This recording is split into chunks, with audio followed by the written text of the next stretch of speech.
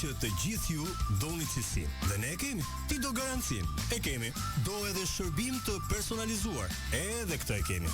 E dim që doni dizajn. E kemi shumë të larmishëm. Do pllakat më të mira dhe hidrosanitarët me dizajn unik, por edhe parketin më cilësor në treg. Edhe këto i kemi të gjitha. Do mobiljet, do të çmim, do të zgjedhësh midis brendeve më të njohura të botës.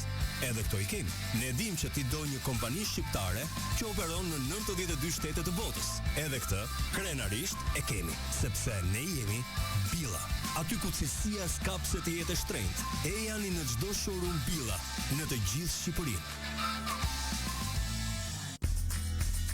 Mobileri Fieri, giganti mobilerisë, lider në tregun shqiptar. Ju ofron pafundësi modelesh në ekspozitën e saj mbi 6000 m2. Aty do të gjeni modelet nga markat më të njohura, që Mobileri Fieri i përzjell me kujdes nga panajiret më të famshme botërore, duke siguruar ekskluzivitet. Këmbë, divane, tavolina, minibare, krevate e të tjerë. Për ju mundësojmë transportin, montimin dhe garancinë brenda dhe jashtë vendit. Ta vizitoni në Instagram Mobileri Fieri ose në kilometrin e 10 të autostradës Fier-Lushnjë. Mobileri Fieri, vendi ku mund të zgjidhni gjithçka. Ambienteve tuaja të mos i mungojë asgjë.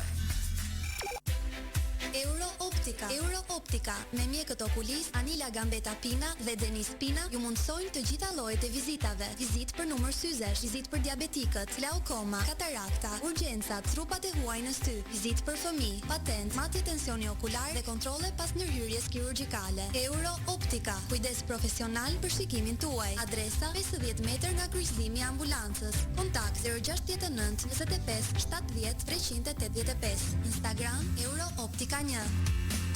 Kot nuk thon, për sytë e ballit. Kompletoni shtëpinë tuaj në Nova Electronics Rogozhim. Çdo gjë në super ulje, nga gama e gjëre elektroshtëpiakeve të mëdha e të vogla deri tek kondicionerët, sepse gjithçka e gjeni në një vend.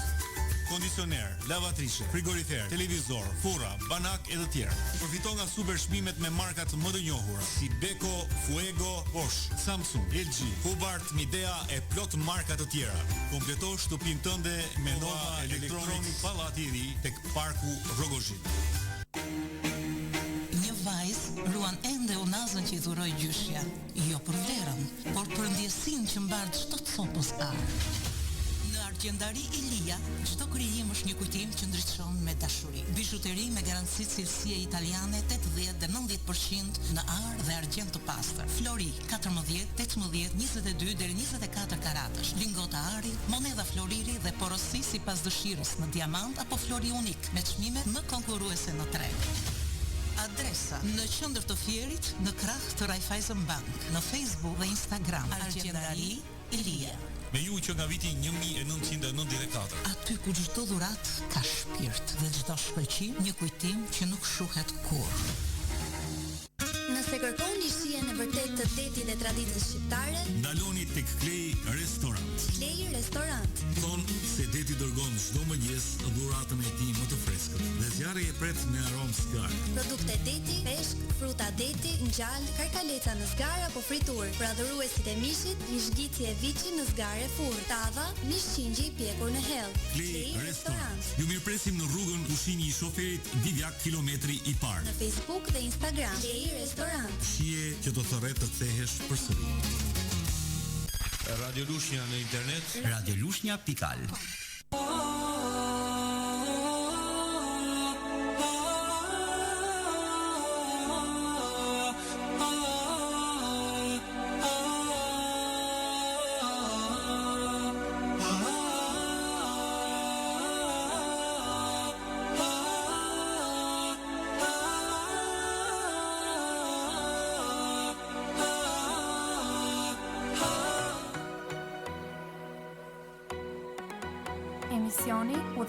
Emisioni U dhe Kryq me gazetarin Shkëlqim Bylykbashi.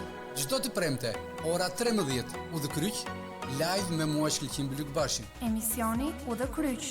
Na shkruani në Facebook për pyetje, sugjerime dhe komente.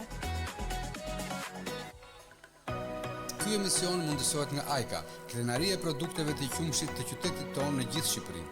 Nëse shëndeti është i rëndësishëm për ju, konsumoni vetëm produkte AIKA.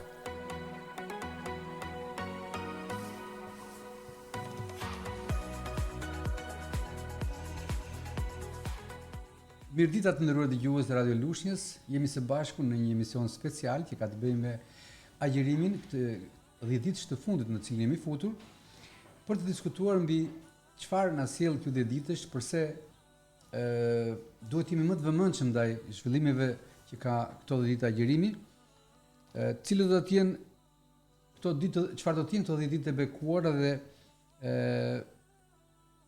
brenda këtyre 10 ditëve ka një diçka shumë interesante.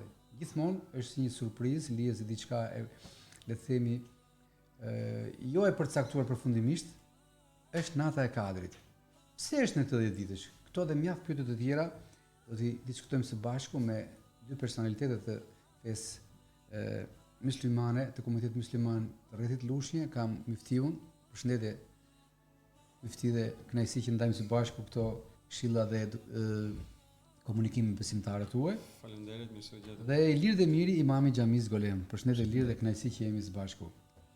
Jemi live në Radio dhe në Facebook dhe un kam kënaqësinë që përpara se të marr në bisedë me dy miq të ftuar, do të kemi në linjë telefonike zotin Ferit Piku, një profesor, doktor i qendrës Mimber, hoxh e profesor i fesë islame.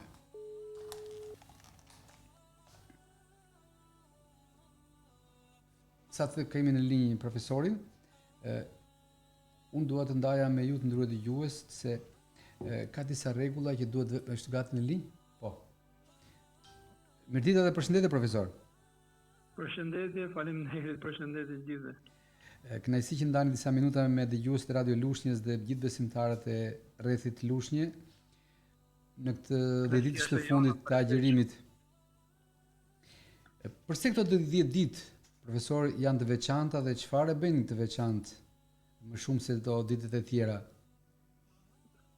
Atëherë në radhë parë ju falenderoj për ftesën e nëpërmjet jush uroj të gjithë besimtarët, motrat, vëllezërit në Lushnjë, kudo ku ju dëgjoheni, duke ju uruar atyre një Ramazan të mbarë në vazhdim, po ashtu mundësinë për të mbritur më të mirën e këtyre netëve, që ju e përmendët që janë më të mirat e netëve. Faktikisht ndoshta këtu ka nevojë të sqarojmë një element, sepse krijuesi është ai që preferon dhe dallon diçka nga diçka tjetër. Ne në sytë tona si njerëz mund të kemi preferenca ndryshme. Mund të preferojmë disa njerëz nga disa të tjera, disa vende nga disa të tjera, mirë po krijuesi ka tjera standarde, preferenca dhe ndallime mes njerëzve, vendeve, kohërave. Në përgjithësi, preferenca dhe dallimi bëhet për vlerat që gjenden tek ata persona, tek ato vende, tek ato kohë. Kështu që 10 netët e fundit të Ramazanit janë më të mirat e netëve, siç është dhe Ramazani më i miri gjithë muajve. Po është më i miri jo sepse ka ditë më shumë apo ditë më pak, por sepse aty reflekton mëshira e Zotit më shumë se sa në gjithë muajt tjerë, po ashtu aty ka mundësi që njeriu të bëhet më i mirë, njeriu të garojë me veten e tij, të garojë me të tjerët, të largohet keqjes. Kjo i bën muajt dhe kohërat më të mira se sa disa tjera. Tash në 10 netëshin e fundit që ne themi që është më i miri absolutisht i gjitha netëve që ka krijuar Zoti, nga të veçanta dhe sekretet që e bën këtë 10 netësh, më të veçanta është se brenda tyre ndodhet më e mira e gjitha netëve, që është nata e Kadrit. Nata e madhe e Kadrit që themi ne, duke qenë se nuk dihet saktësisht se kur është nata e Kadrit, edhe pse shpresohet të jetë nata 27 e muajit Ramazan. Kjo e bën të gjithë 10 netëshin e fundit shumë me vlerë, aq me vlerë sa që vetë profeti i Zotit, paqja qoftë mbi të, i cili rregullisht ishte i rregullt në adhurim, në punë të mira, në 10 netëshin e fundit dallonte nga gjithë kohërat tjera, pasi si të thuash i përvishte krahët e tij, mundoi të shkputej nga gjitha angazhimet tjera, përqendrohej në falje, përqendrohej në përmendjen e Zotit, përqendrohej në lutje. E thoshte brenda këtyre është një natë që është më e mirë se sa 1000 muaj, kush privohet nga mirësia e kësaj nate është privuar nga diçka shumë e madhe. Pra 10 netët e fundit janë më të veçanta pikërisht sepse në to ndodhet nata e Kadrit, që realisht fiks se kur është nuk e dim. Kjo është arsye që ne kërkojmë, si themi, i bëjmë ato sebepet tona, bëjmë angazhimin që me shpresin që një nga ato net që ne angazhohemi të jetë nata e Kadrit, edhe pse shpresojmë që nata 27 është më afër asaj të qenit nata e Kadrit, mirë po këtu ka një element rëndësishëm, se këtu nuk guxojmë t'i vendosim firmë dhe vulet, themi kjo është nata e Kadrit, mjafton të ngrihesh në këtë natë, pastaj të tjerat nuk kanë më vlerë. Këtë nuk e themi dot, sepse vetë profeti Muhammed alayhis salam tha, mu tregua nata e Kadrit, por si pasojë dy persona që po grindeshin me njëri tjetrin, mu harrua. Pra ju dha dituria, pastaj ju hoq kjo dituri, po ato tha kërkojen në 10 netët e fundit, sidomos në netët tek e të saj. Kjo është arsye kryesore që e bën 10 netëshin e fundit më të mirin e të gjitha kohërave që ka krijuar Zoti. Profesor, ka shumë njerëz të cilët agjerojnë, por nuk janë praktikantë të fesë islame dhe e presin me shumë kërshëri këtë 10 ditësh në mënyrë të veçantë të natën e Kadrit.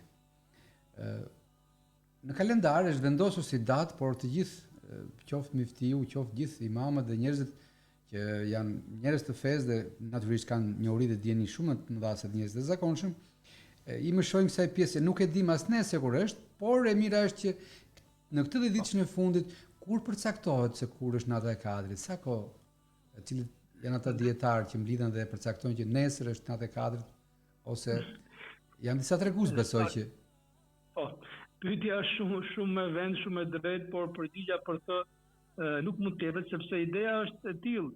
nuk është se do të përcaktojmë fillimin e një muaji dhe ka shenja astronomike që tregojnë pak a shumë që do të fillojë kjo. Për shembull, siç është fillimi i Ramazanit apo mbarimi i Ramazanit.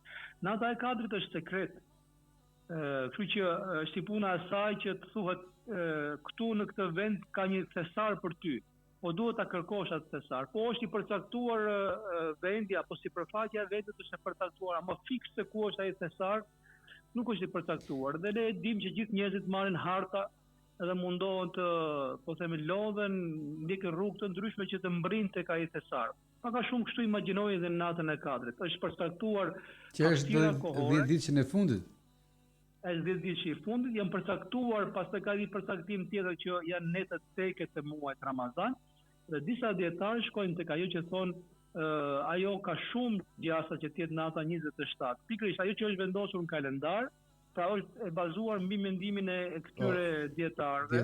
Po. Mirë po, ideja është i nderuar që në momentin që ne hedhim si punë shorti dhe themi mëra lotoja dhe e gjeta rastisa nata 27 dhe unë tashmë nuk kam nevojë për gjë tjetër, këtu njeriu futet me një rrugë e cila nuk ka, po themi, nuk është rrugë që të çon në destinacion. Ideja është nuk është zgjedhja e dur.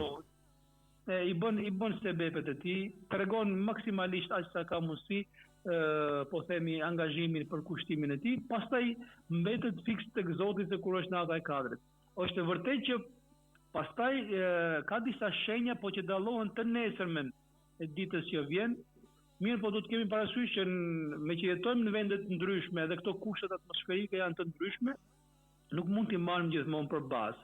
Është e vërtetë që atë natë njeriu ndjen një farë gjendje shpirtërore shumë më ndryshe, shumë më i lehtë, shumë më afër fëmijës, ka një qetësi të brendshme dhe kjo është normale sepse zbresin e engjëjt e mëshirës atë natë, zbresin në tokë në numra shumë të mëdhenj. Ata janë zbresin paqe, qetësi dhe mëshirë, butësi në zemrat e njerëzve. Këtë e ndjen njerëzit përgjithësi e ndjen. Po prapë jemi tek ajo që thash, nuk mund të themi që ta presim me thik. E rëndësishme është.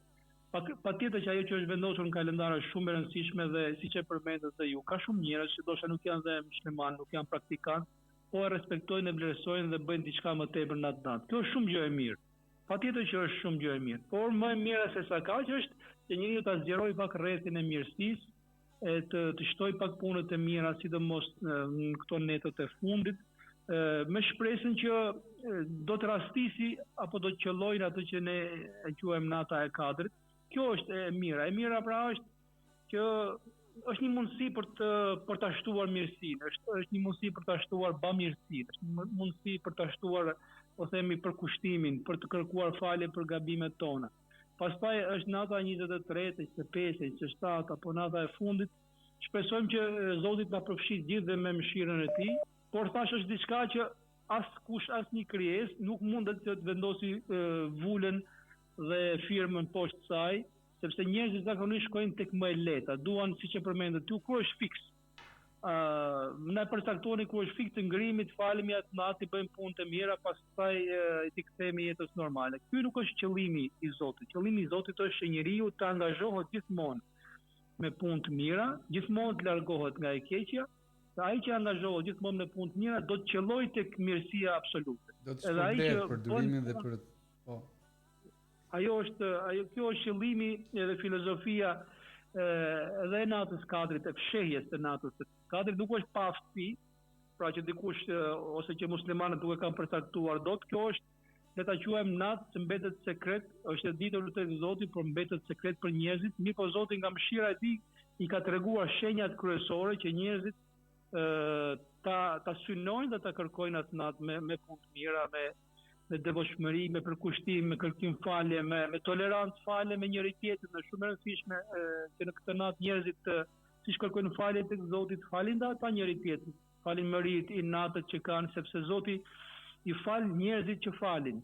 Zoti i jep bujari atyre që janë bujarë. Zoti i afron ata që duan të afrohen me njëri tjetrin. Kështu që kjo është e dykashme, nuk është vetëm ne me Zotin, por duhet ta reflektojmë edhe ne me krijesat që na rrethojnë.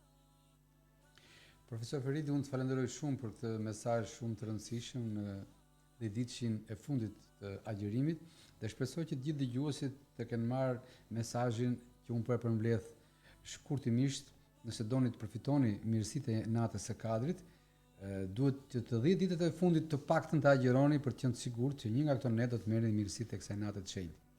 Ju faleminderit dhe uroj agjerim të lehtë dhe ju në vazhdim. Faleminderit për ftesën edhe unë i uroj të gjithëve 10 vitin më të mirë të jetës, pa kalojnë me qetësi, me angazhim, me përkushtim, po ashtu të gjithë të mësoj Zoti mbretjen e natës së madhe të kadrit, edhe të jemi të gjithë të falur në atë natë, kemi paqe, qetësi në zemrat tona, në familjet tona, në shoqërinë tonë, se sot ndoshta më shumë se asnjëherë tjetër kemi nevojë për të paqe dhe qetësi, e cila faktikisht vjen vetëm prej Krijuesit, vetëm prej Zotit. Shumë faleminderit dhe uroj gjithë mirë. Gjithë të mirë dhe ju, faleminderit për këtë lidhje të drejtë për drejtë.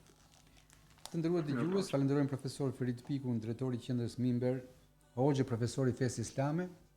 Dhe rikthehemi në studio me miqtë e mi. Mufti, faleminderit për këtë surprizë, ashtu sikur se në emisionin e kaluar me profesorin nderuar dhe rreth parë me kryetarin e komunitetit musliman. Çfarë i bën këto 10 ditë? Përmendi edhe profesor Feriti, pse këto 10 ditë marrin vlerë kaq të madhe, kaq të jashtëzakonshme, kaq të fuqishme? Edhe një herë, faleminderit që na jepni mundësinë që të jemi me anë të valve tuaja në çdo shtëpi lushnjari e besimtari, por dhe më gjerë, sepse Radio Lushnjar është goxha e përhapur në dëgjimin e saj. Të falenderoj për mundësinë e lidhjes me doktorin. Dhe le të kthehemi tek pyetja juaj. Zoti krijuesi i gjithësisë e ka begatu njeriu. Begatit janë të pafundme dhe nëse do t'i numërojmë ato nuk mund t'i llogarisim. Ka bërë ato më këmbësin e tij në tokë.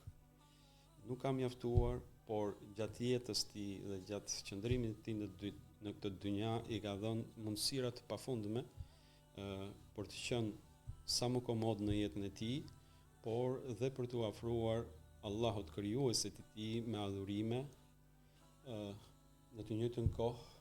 Me këto adhurime, Allahu Azza wa Jall i ofron atij një jetë begat në këtë dynja dhe të shumë kërkuarim për çdo besimtar në botën e përtejme, xhenetin. Një nga begatitë e tjera të Zotit ndaj krijesave të tij është dhe muaji i Ramazanit. Është muaji që krijuesi i gjithësisë e ka mbuluar me mirësi dhe begatinë e tij të gjerë. Krijuesi i gjithësisë shkon dhe më tej.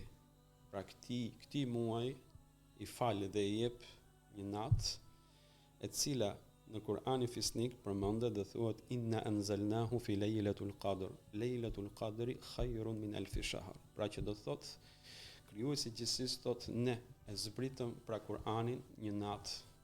Dhe kjo natë është nata e kadrit. Dhe kjo natë është më e mirë, jo e barazvlefshme, është më e mirë se sa 1000 muaj, që do të thotë afërsisht e barabartë me 83 vite jetë. Të mirësitë e kësaj nate janë të pafundme, të cilat biseda dhe komunikimi do ta nxjerrë mirësitë e kësaj dite të bekuar. Vetë Allahu krijuesi i gjithësisë përsëri thot inna anzalnahu fi laylatin mubarakah. Pra ne e zbritëm atë Kur'anin famulart në një natë të begat. Dhe kjo natë e begat është pra nata e kadrit dhe ju tërhoqëm ju vëmendje që të jeni të kujdesshëm në këtë natë, sepse kjo natë është shumë e vlefshme në jetën e çdo besimtari, sepse krijuesi i gjithësisë ka premtuar për besimtarët një shpërblim shumë të madh në këtë natë. Kush është shpërblimi i madh në këtë natë? Një citat pejgamberit alayhis salam në lidhje me natën e kadrit thuhet që ai person i cili e kërkon këtë natë dhe kjo natë e gjen atë duke u falur apo duke adhuruar të madhin Zot me shpresë dhe besim, Zoti krijuesi i gjithësisë do t'i fali gjunahet e mëparshme. Pra a ka mirësi dhe begati më të madhe për çdo besimtar, pra në një natë vetme atij t'i falen gjunahet e një viti të mëparshëm. Shumë interesante kjo pjesë dhe ka shumë njerëz të cilët jo pa qëllim e bëra pyetjen profesorit, ndonjëherë mund dukemi edhe si mosbesues apo për të mos i dhënë terma që nuk i shkojnë për shtatë se bisede, po ka shumë njerëz që kanë shpresë të madhe tek nata e kadrit dhe përpiqen ta dinë që mesazhi i profesorit është shumë i saktë. Nuk mund ta di askush me saktësi, po agjironi edhe ditët e fundit për të qenë sigurt që e merrni. La një hapësirë, le të themi fakt ndjes për ata që kanë mundësinë më të kufizuar që e keni në natë teke, natën e kadrit. Çfarë ndodh me këtë pjesë të njerëzve që përpiqen ta saktësojnë gjë të cilët se kanë bërë dietarët më të mëdhenj islam? Përsëri sqarimi vjen nga citatat e pejgamberit alayhis salam. Pra ai ka thënë që kërkojeni natën e kadrit në 10 netët e fundit të Ramazanit, në netët teke të këtyre ditëve. Që do të thotë, ashtu siç tha dhe parafolsi, pra miku i myftinis doktor Feriti, pra kërkojeni atë në natën e 21, në natën e 23, në natën e 25, në natën e 27, në natën e 29. Pra, me fjalë mundësia, sipas haditheve, është një mundësi shumë e madhe që ajo të jetë në natën e 27. Por përsëri, me fjalë ajo ngel fshet, dhe përsëri kemi një hadith të pejgamberit alayhis salam për ata të cilët thotë që janë të lodhur apo për angazhimet e tyre gjatë muajit janë dobësuar në fizikun e tyre, atëherë ai thotë kurse si mos neglizhoni në 7 netët e fundit të Ramazanit.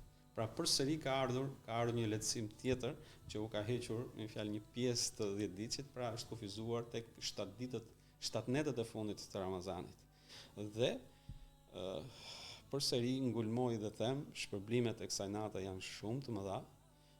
Duhet dal ose duhet i paraprij asaj pyetjes që ju e bëni vazhdimisht që ka dhe njerëz që nuk janë të besimit islam, por duan të agjërojnë këtë natë. Ka shumë të tillë. Sidomos vitet e fundit ka shumë njerëz, jo vetëm të besimit islam, por edhe të besimit të ndryshme, e duan të agjërojnë këtë natë për vetë domethënien, begatit dhe mirësitë që ka kjo natë. Unë atyre absolutisht do të rekomandosha që të ndiqin pra këshillat e pejgamberit alayhis salam, të ishin në netët teke, por dhe një mundësi e madhe është edhe ajo që tha profesori, pra data e kalendarit, pra nata e 27 e agjërimit, pra jo e kalendarit, e 27 e agjërimit.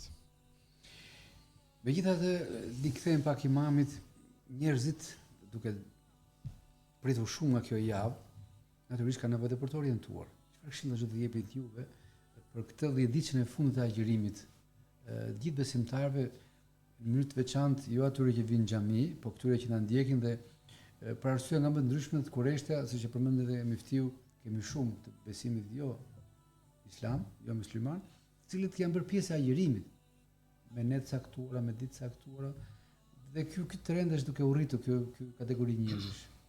Po, patjetër. Atëherë bismillahirrahmanirrahim, me emrin e Zotit, mëshiruesit, mëshirbërësit. Falenderojmë Zotin që na ka mbledhur sot këtu në shtëpinë tonë, se ne jemi si në shtëpinë tonë të te radio juaj, te Radio Lushnja. Pastaj ju falenderojmë dhe juve që na jepni mundësinë që her pas here të japim leksione, të japim nga dituria jone pak që kemi për të gjithë besimtarët dhe jo vetëm. Atëherë këshilla ime për të gjithë besimtarët apo edhe të tjerë që nuk janë besimtar musliman, që mundohen që ta arrijnë natën e kadrit, është që të insistojnë akoma edhe më shumë, sepse ne para se të futet Ramazani i këshillojmë njerëzit besimtarët në xhami që të përgatiten si puna e atij kalorësit kur do të futet në një garë me kuaj, përgatitet para se të futet. Me punë fizike të forta që kur të vi dita e garës të jetë pranë top form.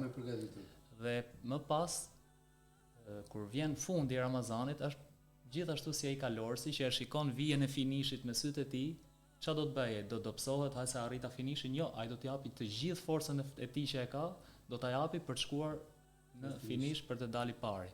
Po edhe këshilla ime për gjithë këto njerëz është që të japin të gjithë mundin, sakrificën, forcën e tyre që kanë, që të bëhen pjesë e kësaj fitore të madhe, të këtij okazioni, të kësaj oferte që Zoti i Madh na jep çdo vit po na jep edhe këtë 10 ditën e fundit dhe mos të fokusohen vetëm tek agjerimi. Absolutisht agjerimi është një prej vlerave më të mëdha që duhet të jetë këto 10 ditë, porse ka edhe shumë vepra të tjera që njëkohësisht bashkë me agjerimin duhet t'i veprojë çdo njeri.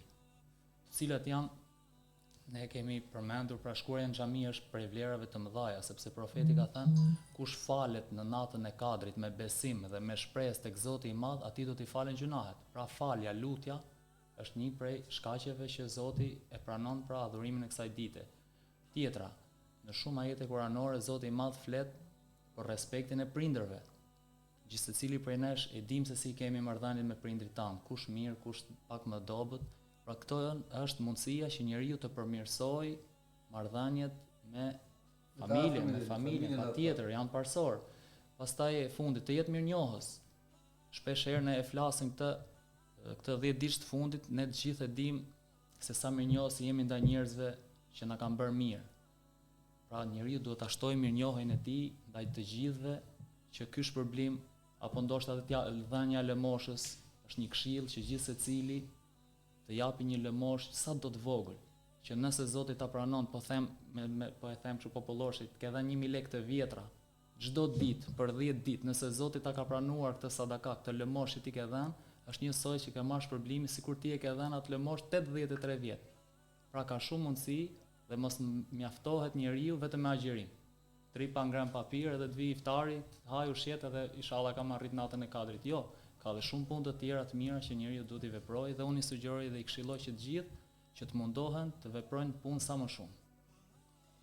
Përpara se të kalojmë pak hapësirë publicitare shumë të shkurtër me fti, vjen dhe një fenomen shumë interesant që unë nuk besoj se është abuzim, por është një moment që nga agjerimi dhe nga gjatë periudhës së Ramazan përfitojnë kategori të ndryshme njerëz, më kujtoi Imam Iliri me fjalën e tij që sadakaja që në rastin konkret në këtë periudhë të agjerimit të Ramazanit ka shumë njerëz që kërkojnë ndihmë, qoftë të formës të pamerituar, dhe çuditërisht ndjeshmëria njerëzore në këtë periudhë është shumë e madhe.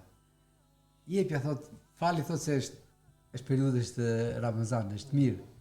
Sa kthe dorë bosh. Po. Ashtu siç thash, më fal, i gjithë muaj kam mëshirën e Allahut, begatinë e Allahut.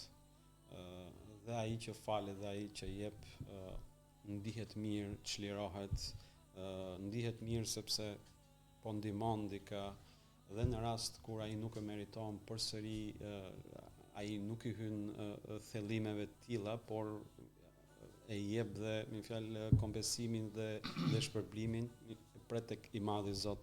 Këto janë ditë që njeriu garon me vetveten e tij, është kundra egos dhe epsheve të tij, gjithçka që do të bëj për t'u afruar tek i Madhi Zot dhe për të pritur tek i Madhi Zot vetëm shpërblime dhe mirësi. Pra kur themi është në luftë me vetveten, është në luftë me atë që ai kërkon në brendësitë të vetes, që është në thonjza e paligjshme.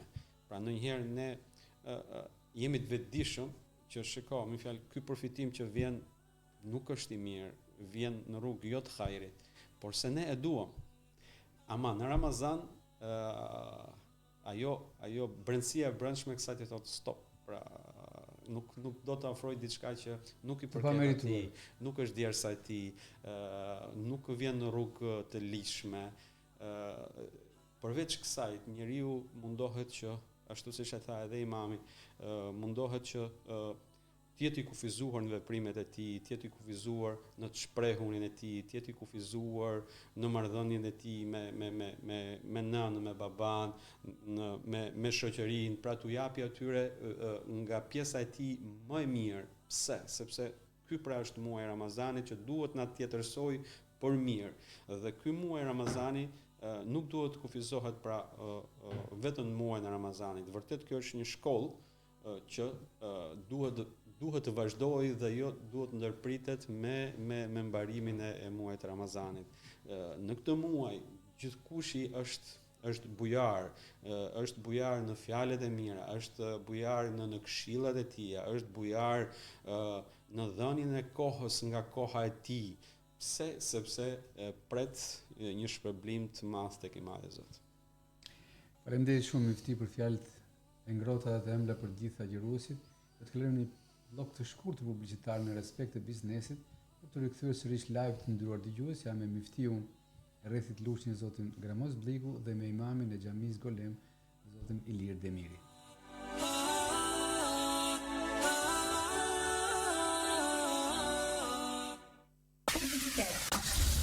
Siguria në rrugë nuk është rastësi, është përgatitje. Autoshkolla Diterko, lider në qarkun e Fierit për numrin më të lartë të kursantëve dhe kalueshmërinë maksimale. Aftësohu me inxhinierë të teorisë, instruktor të praktikës të kualifikuar dhe me eksperiencë në 5 ditë teori dhe 7 ditë praktik për kategoritë nga A-ja në DE. Mjetet e gjeneratës së fundit, ambiente bashkëkohore dhe programe zyrtare të TVSHTR. Zgjidhni eksperiencën, zgjidhni profesionalizmin. Facebook dhe Instagram. Autoshkolla Diterko, adresa Lushnjë, rreth rrugëllimi i stadiumit. Ne ju japim sigurinë që ju duhet në timon. Diterko.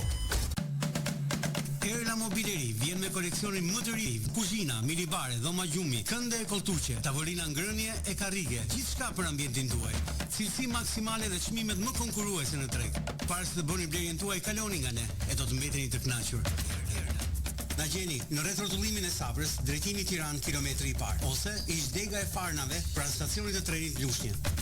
Mobileri Erla, më shumë se mobilje, ideale për çdo hapësirë. Avarti, do marrësh apo jo? Gati zotini prefekt. Më vdiqe me këtë livado. Kjo sigur me nderësh të shu. E kam nga Roma vetëm për zotrin tuaj. Nga Parisi more të kishe të paktën një shishë sot. Mos të mundo të shkosh larg. Shko te Gimi Kozmetik. Atje i gjeni të gjitha. Lepi, zotëro. Nëse doni të jepni pamje të re shtëpisë tuaj, tek Deutsche Color Lushnjë do të gjeni materiale dekorative dhe izoluese që ju nevojiten, panele dekorative me PVC dhe dru, interier me korniza të shumëllojshme, dekore plastike dhe dekoracione të ndryshme për ambiente të brendshme dhe të jashtme, paka me imitim mermeri dhe druri, kolona dekorative, dekore me rezin, veshje muri dhe tavani, bojra, gipse dhe sisteme kapot, izolues taracash, panele akustike. Deutsche Color Lushnjë. Adresa 50 metra nga rreth rrotullimi i Tasmas Djathtas. Instagram, Facebook, Store Creative Design. Store Creative Design tek Deutsche Color Lushnjë, aty ku bukuria takon forcën dhe cilësinë. E nisëm me modesti, por puna jon forcoi besimin tuaj. Pa e kuptuar, u ngritëm lart në shërbim, pa humbur asnjë moment cilësinë. Gjatë kësaj dekade shumë kam provuar të na kopjojnë. Por origjinali mbetet vetëm një. Grik Suflaqi Tani. Ju që doni më të mirën. Grik Suflaqi Tani. Ju fton të shihoni larminë e produkteve të reja. Pita Fast Tani, Skepasti Tani, e deri tek pulët e pjekura bio nga zona e Dartës. Grik Suflaqi Tani. Tani Lushnjë. Shija që nuk kopjohet. Shkëlqeni çdo moment të jetës tuaj me Dart Jewelry. Dart Jewelry, art i inspiruar nga bijuteritë. Aty ju presim koleksione dedikuar floririt 14 deri në 24 karat. Gamë gjër produktesh, varse, vaz, unaza, ora dhe bijuteri për fëmijë. Dart Jewelry, destinacioni ku gjeni modelet më të bukura të orave. Bizhu për përditshmëri në argjend të pastër që ju japin elegancë. Dart Jewelry, Metropol Center, kati i parë. Radio Lushnja, melodia juaj.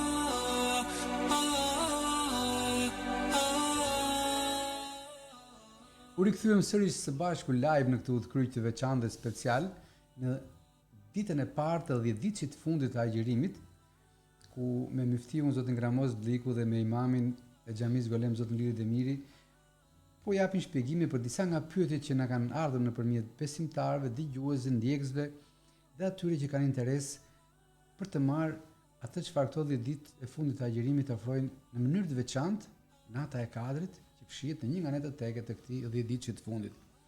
Sigurisht që ne përcjellim nëpërmjet dy figurave klerike të besimit musliman në rrethin e Lushnjës përgjigjet ata kanë, por natyrisht na lindën neve disa pyetje që natyrshëm i bëjmë duke i përshtatur dhe bisedave në përditshmërinë tonë. A ka lutje specifike që besimtarët mund ta bëjnë natën e Kadrit? Si mund të ndihmojmë njerëzit që këtë natë të marrin në maksimumin e tyre, gjithçka ofron kjo natë për ta? Po. Atëherë, po ka një lutje specifike që besimtarët përveç namazit që ata bëjnë në xhami, përveç lutjeve në xhami, përveç agjërimit që është një prej shtyllave kryesore të fesë tonë, përveç veprave të mira të leximit Kuranit, respektit farefisit, pra respektimit farefisit, është edhe një lutje tjetër e veçantë krahas këtyre. Nuk është që besimtari duhet kufizohet në këtë ditë vetëm me këtë.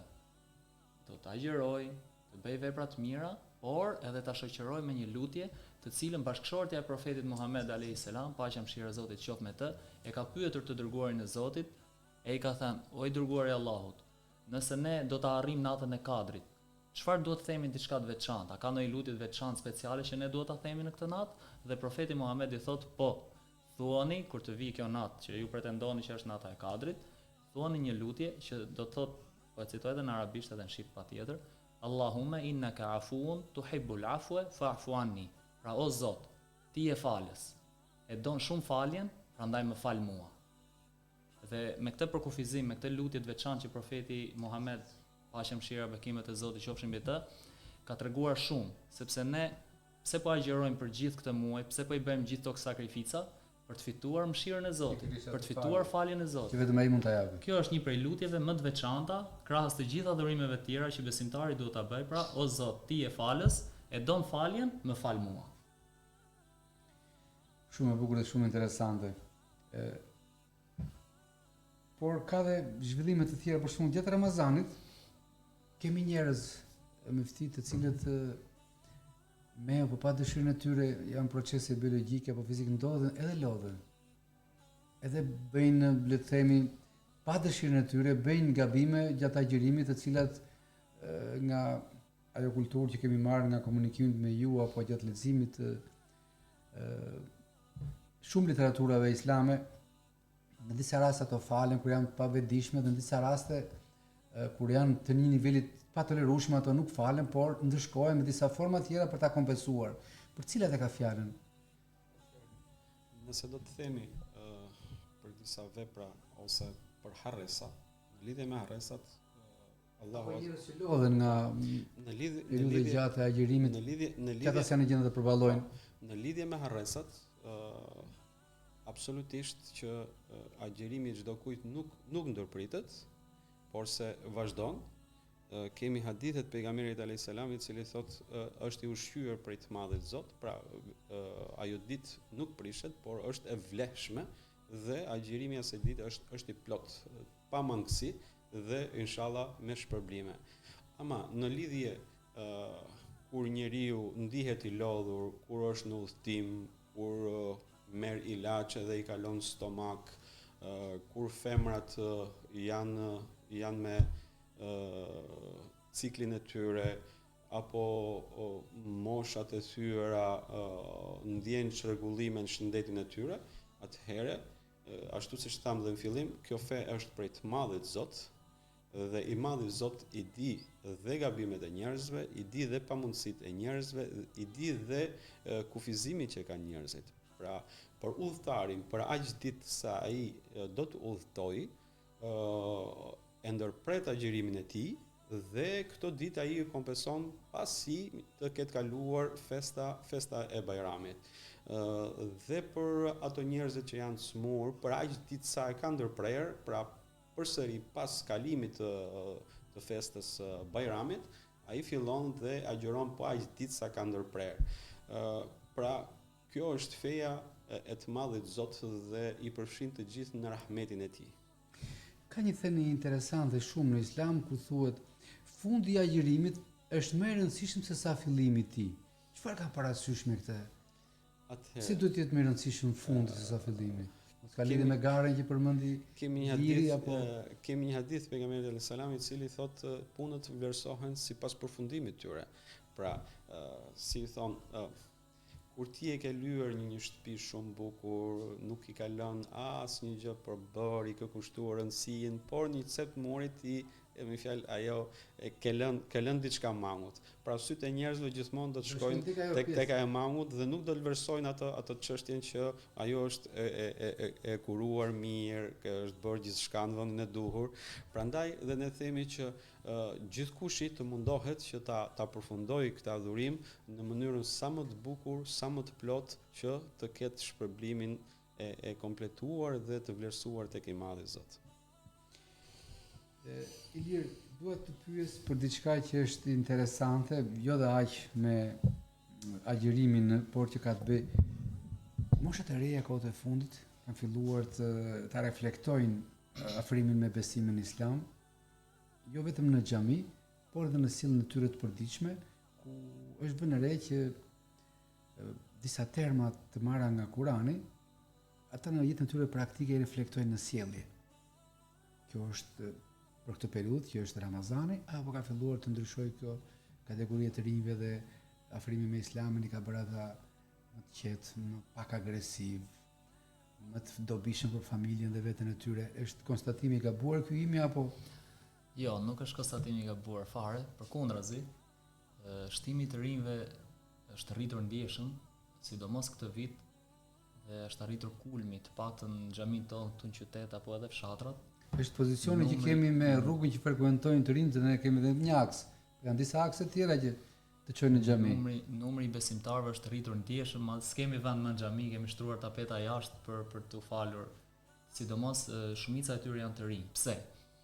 Mendoj që ka shumë arsye, po disa prej arsyeve është që të rinjt sot kanë nevojë për ushqim shpirtëror. Se nëse do të shikosh njerëzit të rinj veçanërisht nga gjërat materiale të kësaj bote, në përgjithësi nuk para i mungon gjë.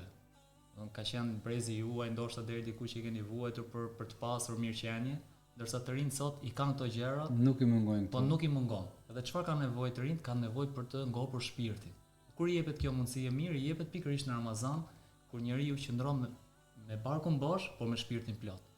Pra dhe këto shprehje që ju po i thoni, në Ramazan patjetër që është edhe feja ndikon, se si thamë në fillim të Ramazanit Hoxha kur ishte në emision, që profeti Muhammed ka thënë që nuk ka nevojë Zoti për një person që të rrijë pa ngrënë pa pirë, kur ai nuk e lë fjalën e keqe dhe të punuarin me të.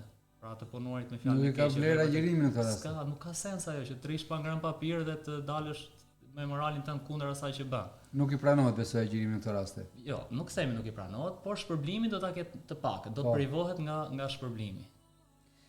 Ka dhe një gjë interesante, me fti dua ta ndaj me ju këtë. Gjithmonë gjatë agjërimit në mënyrë të veçantë këto festat, ka një mesazh që duhet të marrë besimtar nga përfundimi i gjithë agjërimit ose nga Ramazani. Atëherë, ashtu siç tham dhe më parë unë mësoj që përveç shkollës shpirtërore, agjërimi i muajit Ramazanit është edhe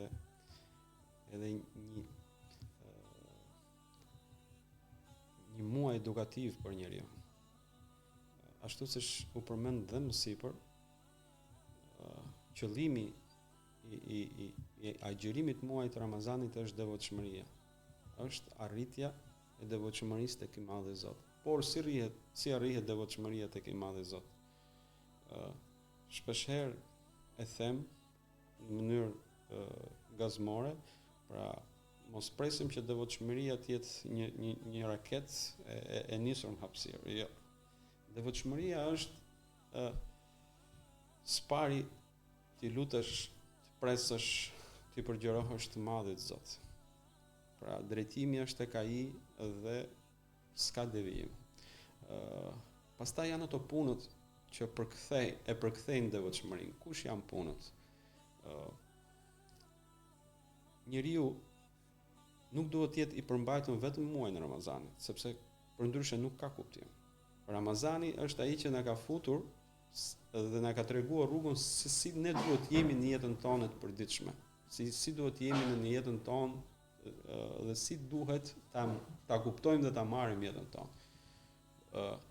Pra, kur dikush e ngacmon një agjërues ose e provokon, agjëruesi thotë unë jam agjërues, të lutem, stop. Pra, dhe në qoftë se ai e ka mundësinë për t'ja kthyer në çdo monedhë, si me fjalë, si me veprime, si me kundërshtime, ai nuk preferon. Por se thot stop, unë jam i agjërueshëm. Gjatë këtij muajit Ramazanit, çdo kush është i motivuar për të bërë punë dobishme. Dhe pse shpesh herë ne na themi pse e bëre sepse ai se meriton. Jo. Pra, çdo kush e bën këtë sepse nuk pret shpërblimin nga ai që nuk e meriton. E pret shpërblimin nga i Madhi Zot. Nuk e pret shpërblimin as nga gramozi, as nga i liri. Pra, e bën një punë të hajrit dhe shpërblimin e ka tek i Madhi Zot. Kur themi që duhet jemi afër familjes, nuk duhet jemi vetëm muajin e Ramazanit. Kur duhet themi që në qoftë se ne i kemi prindrit, duhet të qëndrojmë pranë dhe duhet të themi atyre fjalë të ëmbla dhe duhet të inkurajojmë ato me fjalë ju jeni të fortë, ju keni kaluar sfida më të mëdha se kjo, ç'është pleqëria për ju. Pra, gjithmonë me fjalë motivuese, pra të gjitha këto nuk duhet të jenë vetëm muajin e Ramazanit. Pra, kur kemi një punë që ne shikojmë që prej saj mund të marrim shumë përfitime materiale, por sepse nuk është rruga e duhur për t'i marrë këto, ne përsëri pengohemi dhe themi jo, në fjalë nuk e dua unë atë bereqet sepse ai nuk është halal. Dhe kështu mund të numëroj pafund punë që janë dobishme dhe të hajrit, që do të thotë që muslimani nuk duhet të jetë i tillë vetëm në muajin e Ramazanit. Pra, një Ramazan i frytshëm dhe i dobishëm dhe i pranuar tek i Madhi Zot, le shenjat e tij dhe pas Ramazanit. Pra, besimtari është me edukat dhe gjatë muajve të tjerë, jo përveç muajit të Ramazanit. Besimtari është bujar dhe në muajt të tjerë dhe jo vetëm në muajit të Ramazanit. Besimtari është i këndshëm në fjalët e tij dhe në muajt e tjerë dhe jo në muajt e Ramazanit. Muslimani i kushton vëmendje familjes jo vetëm në muajin e Ramazanit, por dhe jashtë Ramazanit. Muslimani i kushton vëmendje prindërve të tij dhe jashtë muajve të Ramazanit dhe jo vetëm muajin e Ramazanit. Muslimani shton istighfarin dhe gjatë muajve të tjerë dhe nuk kufizohet vetëm në muajin e Ramazanit. Muslimani është i rregull namazet dhe në muajt e tjerë dhe jo vetëm në muajin e Ramazanit. Pra, të gjitha këto që numëruam duhet të jenë dhe jashtë këtij muaji. Dhe nëse muslimani vazhdon me të njëjtin intensitet dhe pas muajit të Ramazanit, atëherë Ramazani e ka kryer punën e tij. Shumë interesante. Faleminderit Mufti për mënyrën shumë të qartë të shpjegimit, por kemi disa pyetje që na vijnë nga besimtarë të ndryshëm. Kur mund të jetë natra e Kadrit, është një pyetje, dhe pse është lënë e fshehur? Një pyetje që ndoshta se ka dëgjuar dëgjuesi, por ju ja dha përgjigjen. Shkurtimisht mund të përgjigjeni. Ka dhe pyetje po prapë interesante. Çfarë është sadakaja e fitrit dhe pse është obligim kjo për muslimanin? Atëherë, në lidhje me natën e Kadrit, për ato që s'kan qenë të vëmendshëm deri tash, pra hadithet janë të qarta, kërkojnë atë në 10 ditët e fundit të Ramazanit në net të teket të tyre, dhe nëse dikush është i lodhur apo në pamundësi, mos të neglizhoj në 7 netet e fundit të Ramazanit. Dhe nëse është i pamundur fare, atëherë li të kushtoj një rëndësi shumë të veçantë, pra natës së 16 të muajit mars apo 16 marsit që i bie nata 27. Që i bie nata 27 e Ramazanit. Çfarë është sadaka fitri? Pejgamberi alayhi salam e ka bërë detyrë sadaka fitrin për çdo musliman, qoftë ky mashkull apo femër, i vogël apo i madh, i lirë apo rob. Sadaka fitri është detyrë për çdo musliman dhe kryesisht e nxjerr pra si themi ne kryetari i familjes. Në kohën e pejgamberit alayhis salam, kjo sadaka fitr është nxjerr një sa, që do të thotë me peshën e sotme midis 3.2 dhe 3.5 kg ushqime, në kohën e pejgamberit alayhis salam është nxjerr prej ushqimeve bazike që kishte ajo kohë dhe ai vend, i cili ishte elbi, hurma, djathi.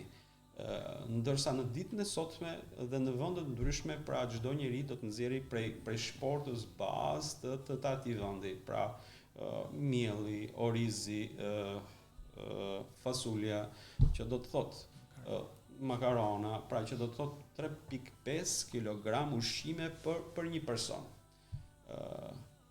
Parafërsisht janë diku te 4.000 lekë të shpenzuara për një person, për shembull, që ta thjeshtojmë 4.000 lekë të vjetra. Që ta shqetësojmë. Pra unë si kryetar familje kam familja ime përbëhet prej 5 vetësh. 5 herë 4 20.000 lekë. 20.000 lekë ushqime, unë shkoj tek supermarketi dhe kërkoj një person që është i varfër.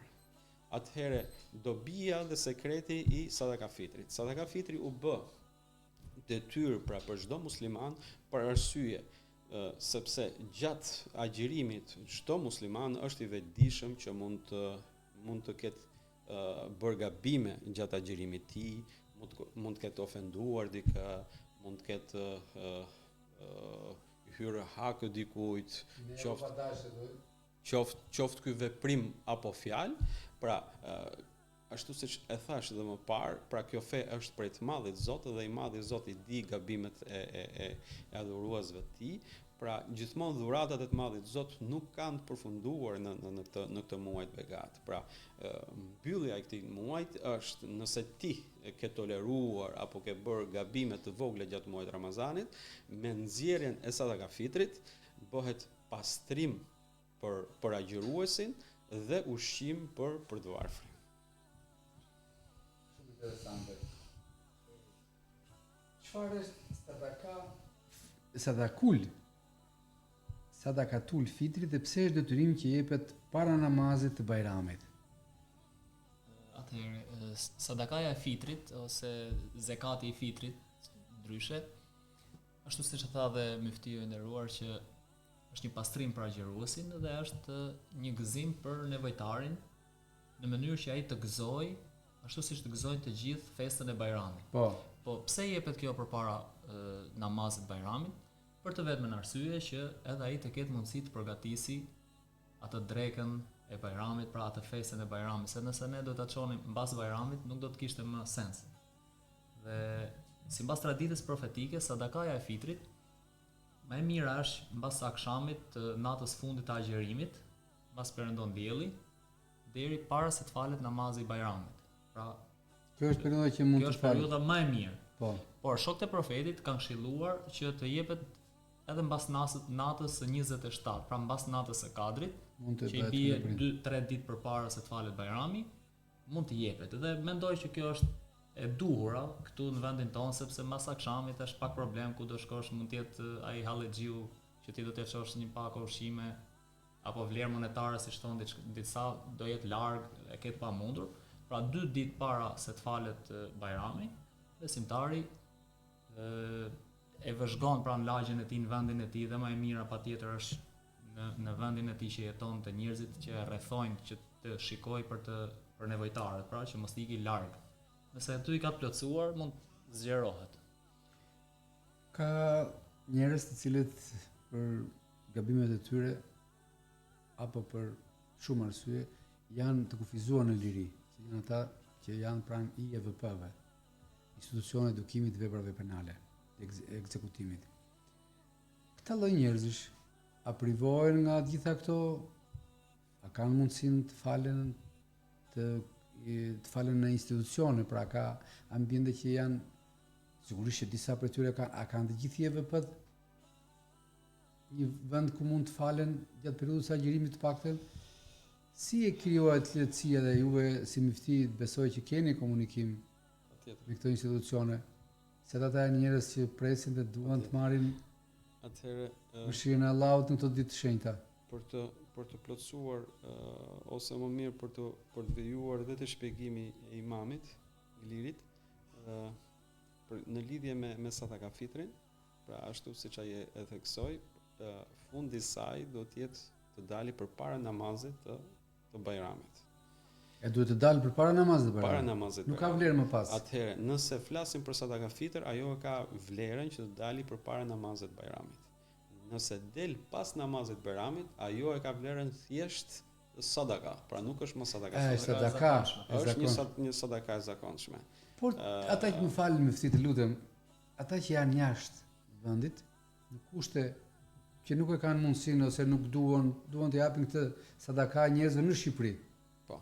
Si mund ta bëjnë këtë gjë? Mund të dhe nuk kanë njerëz të tyre këtu. A mund të dërgojnë pranë xhamisë ose pranë imamit? Atëherë. Ka mundësi të kësaj natyre? Ashtu siç ka vepruar edhe imami i nderuar tek xhamia e tij, por edhe ne këtu në Lushnjë, është një punë goxha voluminoze dhe një organizim shumë i mirëfillt, por që merr dhe goxha energji. Ne jemi angazhuar, pra duhet të bëjmë ditur që është kjo sadaka është më e mira e saj është të dalin në ushqime. Ashtu siç e aplikoni juve me paketat tuaja. Po. Pra ne pranojmë prej gjithë qytetarëve vlerat monetare dhe i përkthejmë ato në ushqime. I bëjmë në pako, në thonjza standarde, mbi 25.000 lekë dhe grupi i punës gjatë gjithë natës është i angazhuar për të shpërndar këto pako sepse i humb vlera asaj. Biles duhet sjell vëmendje një ndodhi që na ka ndodhur përpara 4-5 viteve në mos gaboj. Kishim mbushur furgonin me ushqime dhe po i shpërndaqen për shtëpi. Mirë, po fatkeqësisht atë Beram qëllonte që dita e nesërme e Beramit ishte edhe Beram, por edhe votime. Dhe makina u bllokua nga policia dhe njerëzit që shoqëronin furgonin i kishin thënë policit që shiko, në fjalë ju po na keq kuptoni. Pra këto nuk janë ato ushqime që u mendoni, por janë ushqime dhe sadaka fitrit dhe këto duhet shpërndahen se s'bën sonde, sepse polici kishte thënë që shiko, nuk do gdhi nesër, shpërndajnë nesër. Se kuptonte dot. Po. Dhe në për kohore shumë të shkurtër më merr policia në telefon dhe më thotë mifti, më fjalë filan fugon është i juaj sepse ne do ta çojmë komisariat. I thash vëlla, ai fugon duhet të shpërndahet se s'bën sonde sepse janë sadaka fitri. Pra ne angazhohemi me këtë, pra pranojmë pranë myftinisë lekët dhe i shpërndajmë. Duhet të them edhe një këshill tjetër qytetarëve, sepse ndonjëherë ne i marrim këto lekët dhe i çojmë tek arga e xhamisë. Pra kujdes, me fjalë këto lekë që në thonjza janë taks për sadaka fitr nuk duhet hidhen te arga e xhamisë. Por kur të afrohet afër çdo xhamie, do të thotë çdo personi aty që shiko, un kam lek për sadaka fitrin dhe t'ja japi njeriu të autorizuar që këto lek mos të hidhen në arkët, po të përkthehen në ushqime. Dhe ka një person gjithkohon aty që merret me këtë. Patjetër. Pra, nga nata 27 e deri në mbrëmje, patjetër që ka një person që po ta kërkosh do ta gjesh me fjalë në ambientet e xhamisë për t'i pranuar këto lekët dhe për t'i përkthyer në ushqime dhe për t'i shkuar njerëzve në nevojë. Nëse do hidhen te arka dhe mund të mbesë një kohë gjatë aty dhe askush se di se për çfarë janë nisur. Jo, nuk e dim se si. Më lind natyrisht një pyetje shumë interesante. Sadaka e fitrit është vetëm një ndihmë për të varfrit apo është një ushqim shpirtëror për ofruesin, dhuruesin?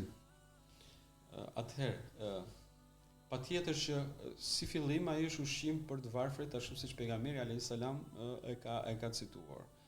Por së dyti, ne dim shumë mirë që njeriu kur dhuron ndihet i çliruar, ndihet ka një kënaqësi, ka kënaqësi, pra dhe kjo është dobia e dhënarit. Edhe sa për një ndërhyrje të vogël, nëse do shikosh zakonisht të gjitha festat islame që besimtarët musliman kryejnë lidhen pikërisht me dhurimin. Edhe nëse do të shikosh Kurban Bajrami, do mishi i kurbanit përsëri një pjesë e tij do dhurohet. apo sadakaja e fitrit për Bajramin e Ramazanit. Përsëri ushqimet do dhurohen. Pra edhe festat që ne muslimanët i kemi që të gëzojmë njëri tjetrin, patjetër nuk gëzohemi ne dot vetë pa u gëzuar edhe të tjerët. Pra është festë sociale, si ta quajmë. Mirë, më lind një pyetje interesante.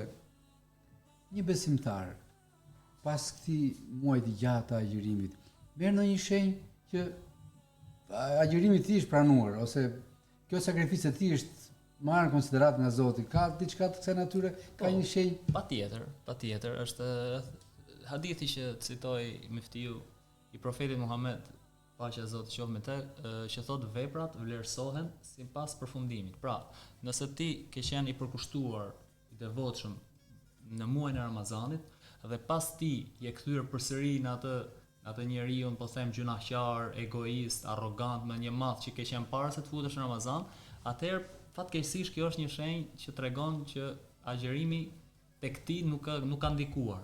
Ama nëse njeriu mbas muajit të Ramazanit vazhdon me punët e tij të mira, vazhdon me moralin e lartë, me sjelljen e mirë, me edukatën, me respektin, kjo do të thotë që një shenjë është një shenjë pra shumë e madhe që Zoti ta ka pranuar agjërimin dhe ka ndikuar tek ti, ka lënë gjurmë që të përmirësosh pra jetën tënde, jo vetëm muajin.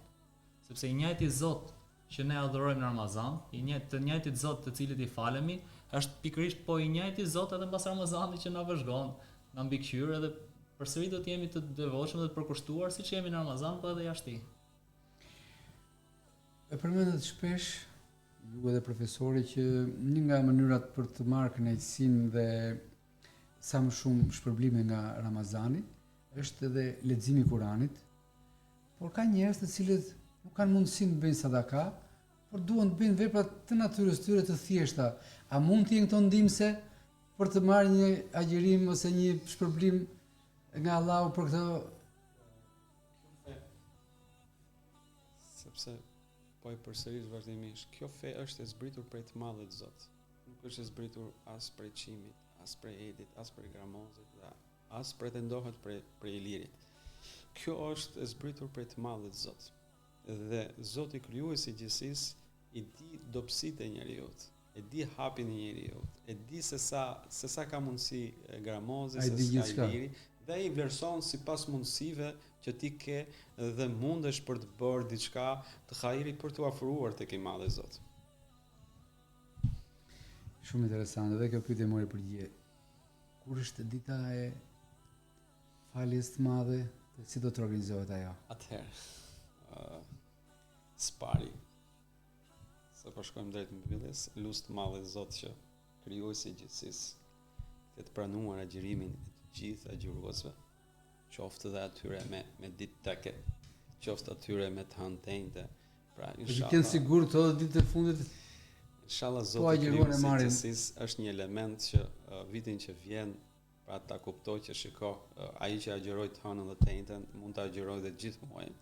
Pra ne kemi nga eksperjenca jonë kemi thash pafund raste ose sillim dhe rastet tona që kur kemi qenë fëmijë kemi filluar një ditë po, një ditë jo ose të hënte.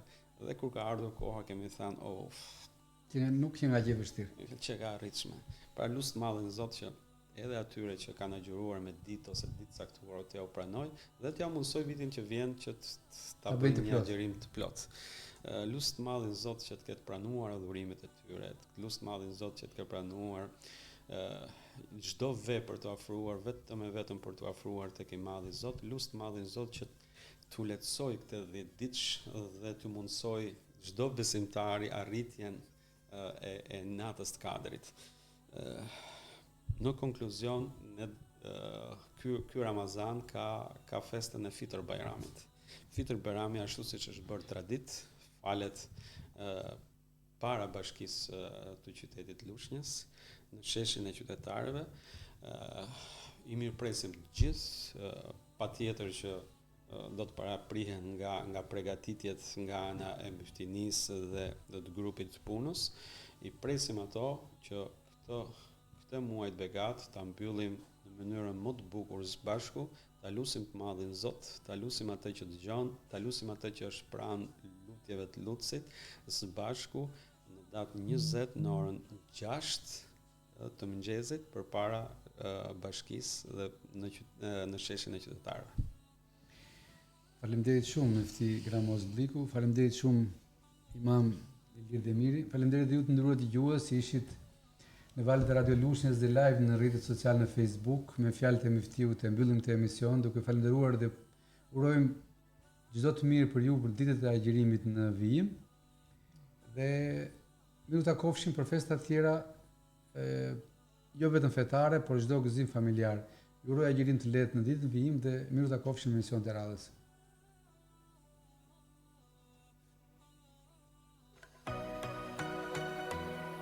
Dëgjuat emisionin U dhe Kryq me gazetarin Shkëlqin Bylykbashi. Ky emision u mundësua nga AIKA, krenaria e produkteve të qumshit të qytetit tonë në gjithë Shqipërinë. Nëse shëndeti është i rëndësishëm për ju, konsumoni vetëm produkte AIKA.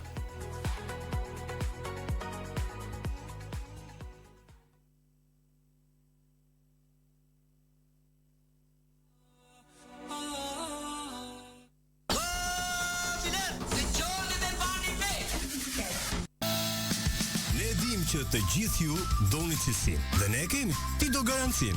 E kemi, do edhe shërbim të personalizuar. Edhe këtë e kemi. E dim që doni dizajn. E kemi shumë të larmishëm. Do pllakat më të mira dhe hidrosanitaret me dizajn unik, por edhe parketin më cilësor në treg. Edhe këto i kemi të gjitha. Do mobiljet, do të çmim, do të zgjedhësh midis brendave më të njohura të botës. Edhe këto i kemi. Ne dim që ti do një kompani shqiptare që operon në 92 shtete të botës. Edhe këtë, Krenar